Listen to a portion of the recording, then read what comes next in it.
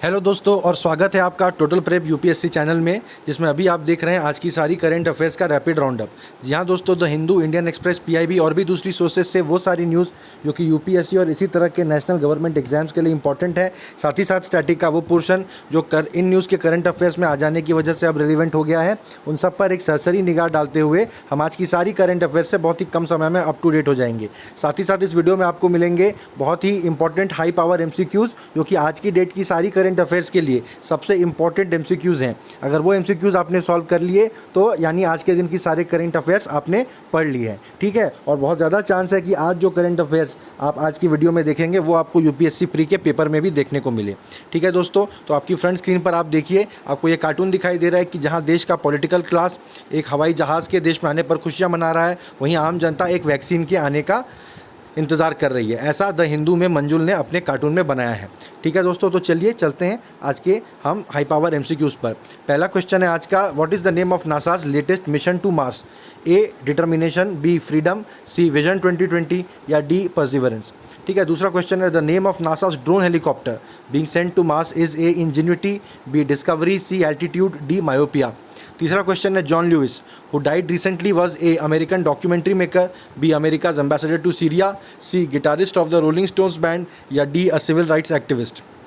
चौथा क्वेश्चन है, India was recently given $3 million to help fight against corona by IBRD, world bank, WHO, ADRB या BRICS, ठीक है। पांचवा क्वेश्चन है, Atal innovation mission has recently launched AIM iCrest in collaboration with a Jack Ma, B Alibaba, C UNESCO या D Bill and Melinda Gates foundation, ठीक है। इसके answers आपको वीडियो के एंड में मिलेंगे। चलिए अब पहली न्यूज़ पर हम चलते हैं। आज की पहली न्यूज़ है related to March 2020 perseverance rover, ठीक है। आपके सारे एमसीक्यूज़ के आंसर इसी वीडियो में मिलते चले जाएंगे।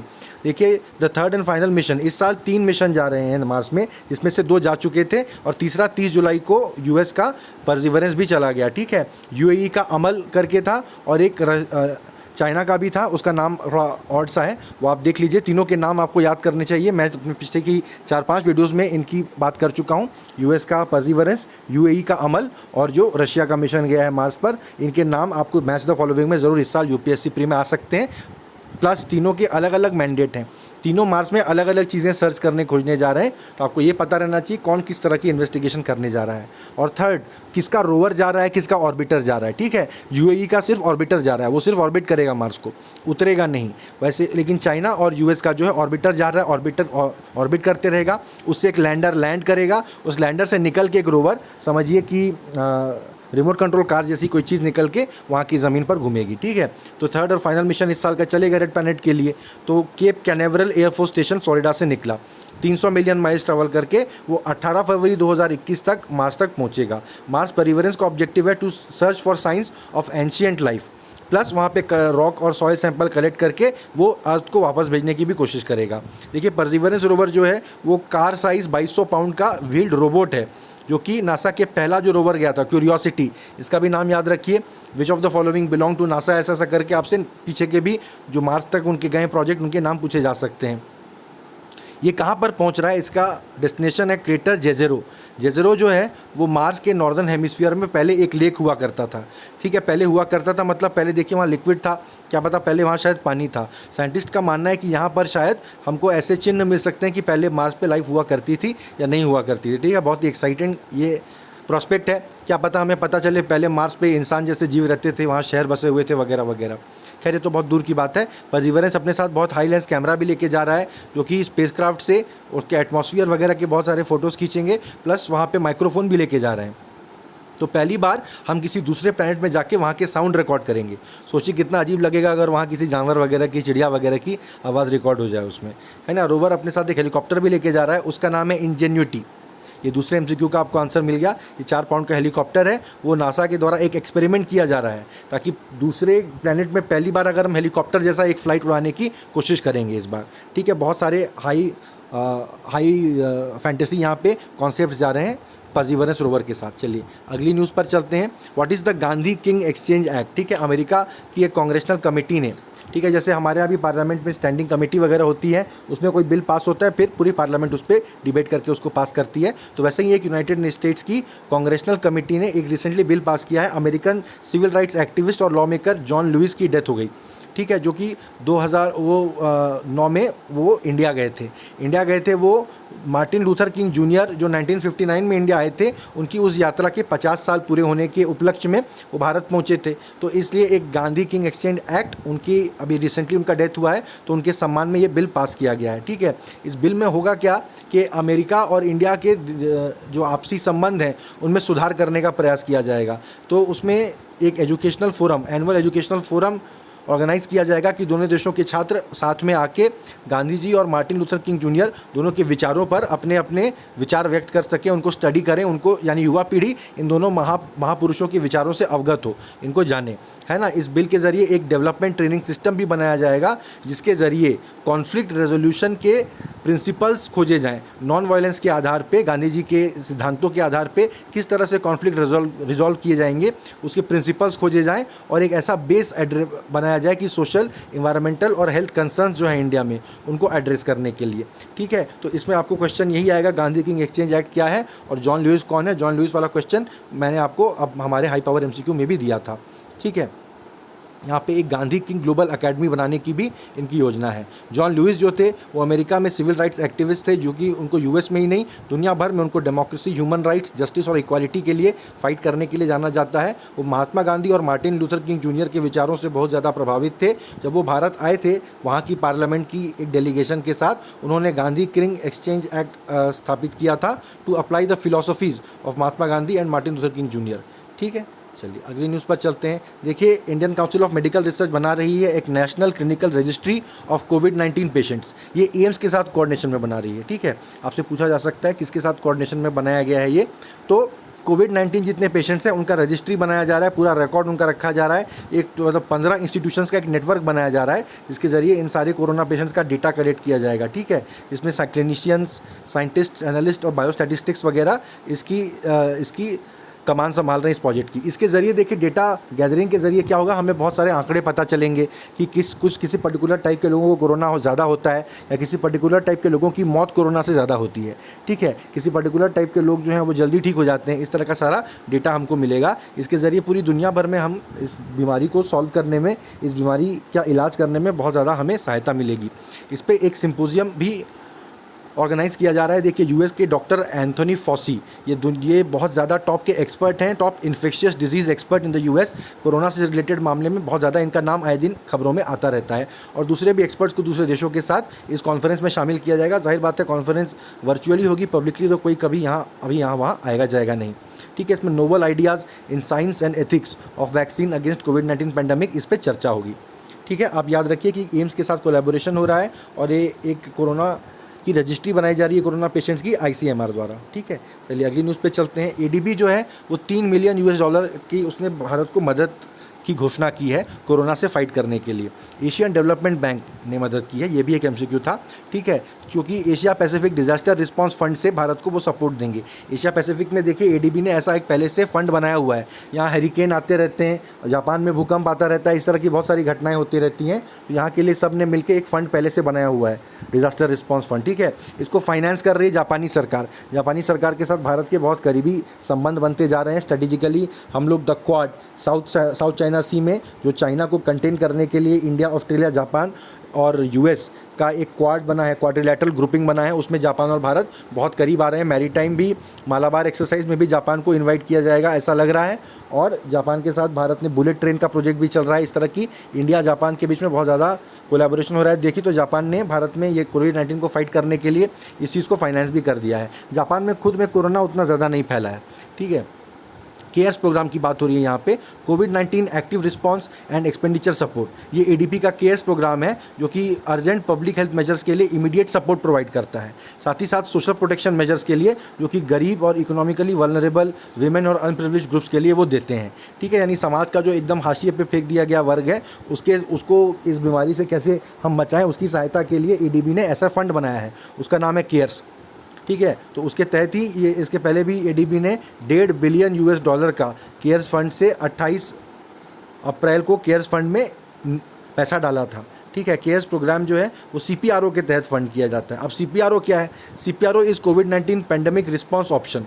ठीक है, ये it was establish to provide assistance to the member countries pandemic response. ठीक है, ये एक ऑप्शन है जो फ्यूचर्स एंड ऑप्शंस खरीदते हैं लोग, मार्केट में इन्वेस्ट करते हैं, ऐसा ये CPRO ऑप्शन है। इसका फुल फॉर्म आपसे एग्जाम में पूछा जा सकता है। ADB जो है एक रीजनल डेवलपमेंट बैंक है जो कि 1966 में इस्टेब्लिश किया गया था। कई लोगों को लग सकता है कि ये रिसेंटली ब्रिक्स देश और ये एशिया में आपस में जो कोऑपरेशन होना है उसके तहत इसका किया गया फाउंडेशन रिसेंट में। पर अगर आपसे ये पूछ लिया गया कि कब इसकी स्थापना की गई थी, अधिकतर लोग गेस नहीं कर पाएंगे कि 1966 में इसकी स्थापना की गई थी। इसका हेडक्वार्टर मनीला फिलीपींस में है। इंडिया बहुत स्टार्टिंग से, जब से इसकी स्थापना हुई ADB की, तब से इसका मेंबर है। ठीक है, अगली न्यूज़ पर चलते हैं। देखिए, Muslim women rights day organise किया गया National Commission for Minorities office में, न्यू दिल्ली में। ठीक है, पहली अगस्त जो है कल है, वो एक ट्रिपल तलाक या तलाक़ बिद्दत को जब इलीगल घोषित कर दिया गया था भारत में पिछले साल 1 अगस्त के दिन, तो उसको सेलिब्रेट करने के लिए मुस्लिम विमेंस राइट्स डे सेलिब्रेट किया जा रहा है। मुख्तार अब्बास नकवी जो माइनॉरिटी अफेयर्स मिनिस्टर हैं, उन्होंने बताया कि it is a day which made Muslim women free from societal evil of triple तलाक। ठीक है, उन्होंने ये भी कहा कि ट्रिपल तलाक या तलाक़ बिद्दत was neither Islamic nor legal. ठीक है, इस्लाम में भी कई जगह ये जो प्रैक्टिस है इसको क्रिटिसाइज़ किया जाता है, और दुनिया के अधिकतर या कहें कि ज़्यादातर जो मुस्लिम मेजॉरिटी देश हैं उन्होंने बहुत पहले इस प्रथा को बैन करके रखा हुआ है। सबसे पहले इजिप्ट ने 1920 में ट्रिपल तलाक को बैन कर दिया था। आप सोच सकते हैं कि हमको 100 साल लग गए इजिप्ट की बराबरी करने में, इस प्रथा को पीछे छोड़ने के लिए, जो कि बिल्कुल भी ठीक बात नहीं है। ठीक है, अगली न्यूज़ पे आते हैं। डॉक्टर हर्षवर्धन ने अनाउंस किया है DBT और CSIR, इन्होंने 1000 SARS-CoV-2 वायरल जीनोम को सीक्वेंस कर लिया है। ये दुनिया में, ये देश में अब तक का ये लार्जेस्ट एफर्ट है। उन्होंने कोविड-19 टेक्नोलॉजीज़ का एक कंपेंडियम रिलीज़ किया और CSIR के जो प्रोडक्ट्स बने हैं उनकी भी लिस्ट जारी की। इस कंपेंडियम में 100 टेक्नोलॉजीज़, 93 इंडस्ट्री पार्टनर्स और को लिस्ट किया गया है, और इसमें से 60 टेक्नोलॉजीज़ को इंडस्ट्री को ट्रांसफ़र कर दिया गया है। यानी देखिए, कोविड-19 से लड़ने के लिए तरह तरह के प्रोडक्ट या PPE किट या टेस्टिंग के लिए, जांच के लिए किट या दवाई देने के लिए कुछ, इस तरह की CSIR ने अब तक में 100 टेक्नोलॉजीज़ डेवलप कर ली हैं। ठीक है, और उसमें 93 इंडस्ट्री पार्टनर्स के साथ इनकी बात हुई है, जिसमें से कि 60 टेक्नोलॉजीज़ इन्होंने अपने इंडस्ट्री पार्टनर्स को ट्रांसफ़र भी कर दिया है कि अब आप इस टेक्नोलॉजी का इस्तेमाल करके प्रोडक्ट बनाइए और मार्केट में उसको फैलाइए। ठीक है, अगली न्यूज़ पे आते हैं। Startup agriculture, government of India जो है वो स्टार्टअप को इनकरेज कर रही है एग्रीकल्चर की फील्ड में। देखिए, जब भी आप स्टार्टअप की बात सोचते हैं, आपके दिमाग में बेंगलोर में किसी टेक्नोलॉजी बहुत ही या कोई ऐप से रिलेटेड आपकी दिमाग में छवि बनती है, पर ऐसा ज़रूरी नहीं है। देखिए, एग्रीकल्चर के फील्ड में भी गवर्नमेंट स्टार्टअप को प्रोत्साहित कर रही है, तो क्योंकि गवर्नमेंट चाहती है कि फार्मर्स की इनकम बढ़े। एक तो सरकार का ये प्रण है कि 2022 तक फार्मर्स की इनकम को डबल करना है।